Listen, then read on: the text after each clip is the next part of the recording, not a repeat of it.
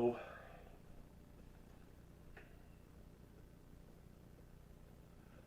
so I had some questions from some people, some readers. Had some comments about basically they asked me about what and who is God and how are we God.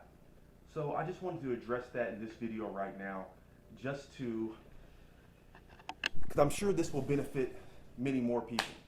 I'm sure you've all asked or wondered who is God or what is God and how are we from God or what is the deal here with this God thing.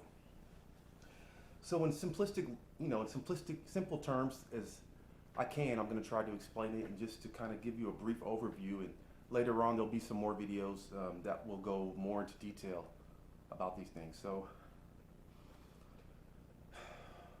so let's say, would you all agree that there is one source of everything? Okay, not just one source, not just where you came from, but one source of everything. Everything comes from one source, and we'll call that God. Okay, so when I say everything comes from one source, that means this wall behind me, these blinds, your skin, the voice that you're hearing that's going into this video recorder, even the things that you cannot see visually with your physical eyes, such as the air is going into your lungs right now. All of this comes from one source. Even the Wi-Fi that's hitting your phone right now. All of these various forms of energy and substances and matter, they all come from one source. So that being said, if there is one source and everything comes from that one source, what would that make you? One of the issues is that I've noticed in my own journey is that we try to separate ourselves from God. We make God into a man or into something that's way far off and far apart from us. But in very simple terms, God is us. We are all one. We are all come from the same source. You are God. We are God. We are all one. We just look at ourselves as different because we think as God is some big powerful, and God is powerful. But the basic nature of who you are, your eternal essence, for lack of a better term, not your flesh, not what you see in your day-to-day lives, the true nature of who you are is not this body. You are greater than this body. Okay? If you were to cut off this hand right here, your hand wouldn't say, hey, man, what are you doing? Why'd you cut me off? No. So you have a body, but you are not your body. It's like you have a name, and you are not your name. So you have, let's see if I can explain this a different way.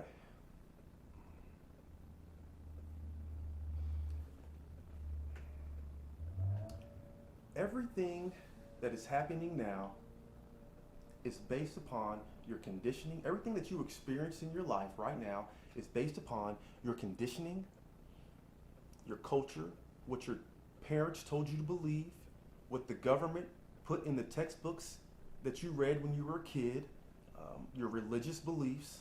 All these things are making up what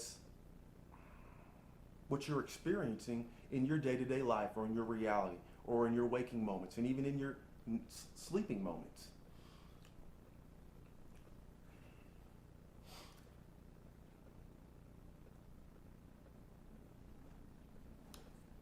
I'm going to explain something else to you guys that hopefully will try to make more sense of something that's so infinite and can seemingly be incomprehensible because we think in a linear way. We think this must happen, A must happen, then B, then C. Let's talk about this. The concept of infinity. A generalized concept of infinity for our purposes, is that whatever has happened, whatever will happen, whatever you can possibly conceive that could happen, whatever happened in the past, whatever is expected in the next moment, it exists right now simultaneously. That's one of the, how should I say, understandings of infinity. Everything that exists does exist, can exist, and will exist right now. The only difference is you or I haven't shifted into that parallel reality of, we'd say we picture the year 2045 or the year 3000. That point in time, whatever it is that you existed, whatever it is that you perceive or think that it may look like, exists right at this moment based on your point of reference. So everyone has an individual reality. All right, there's a bigger consciousness, but everyone experiences life in their own way. Your reality isn't the same as my reality, and your reality isn't the same as your husband's, your friends, your girlfriends, or your boyfriends. Everyone experiences and tastes life in their own unique way based on what they think, their preferences, their desires. That is why, well, people also they ask me, well, why would God create it in such a way? Why is there even human beings? There are all types of entities. I would like to say that as well as also. But what is the purpose of all this? What is the purpose of life? Well, in a nutshell, the purpose of life is to experience and to taste and to discover and to learn different things and to create. And that is the purpose of life. Another question I get is, why is there so much suffering? And to answer that question is that nothing is really ever suffering. It is your perspective on it. For example, a man or a woman could be getting killed. Well, I'm just using an extreme example. But one person may look at it as, oh, this is a terrible thing. But the other person getting killed may think that this is a wonderful thing. I love this. I'm doing this for my family. They could be dying for someone else. They could feel great courage and not fear. So it doesn't feel like suffering for them. So my point of saying this is that suffering or bad things that we experience in our life, it is all perspective based. We'll take for this, since I'm speaking mostly to people who are in the Western Hemisphere who understand or go by, well, they're Christians. We're in the Christian hemisphere. Let's just put it like that. I'll just use the example of Jesus. When Jesus was being killed, if you've read in the scripture, Jesus, he was being tortured. I mean, and there's a lot of different emotions he could have had. And you could say he was suffering or he was hurt. And yes, his physical body did perish. But if you remember in the scriptures, Jesus Christ didn't feel anger. He didn't feel a wrath at these people. He felt pity. So everything we say, so to say something is good or bad is really, it isn't true. Nothing really has any inherent meaning. It's our perspective on the situation. You know, one person may like getting slapped. It feels good to them. They like it. They get off on it. I'm just using an extreme example to give you an example. One person may not like that. But so you see, everything is based on perspective. One person may like this food. They may think it's delicious. Oh, this is the best meal I've ever had. And one person may say it's disgusting. So good and bad, or right and wrong, you know, evil, or love, everything is based on perspective, and it's an expression. So the purpose of this whole dynamic, this whole play, is for consciousness, the source of everything, to express itself in all its individuality, in all its different ways, through all its different forms, through all its different entities. That is the purpose. And another question I've had come up, people have asked me, well, what happens when you die? Well, your physical body, yes, this could perish. This could, how do you say?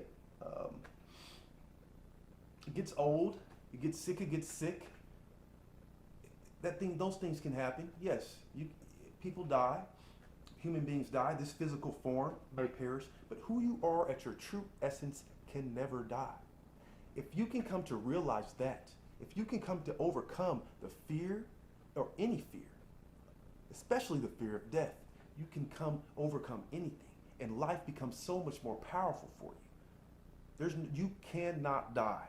You cannot die. Okay? You've been told your whole life that if you're good, this is going to happen. If you're bad, this is going to happen. You're going to die. Someone's going to be angry with you. And listen, I'm telling you right now, do not fear. You are imperishable.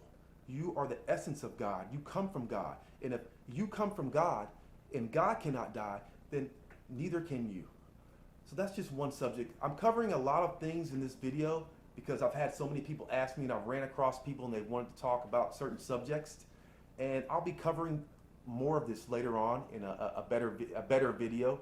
But I just felt it was it was time to reach those who may not have access to the certain forms of understandings that I've come across.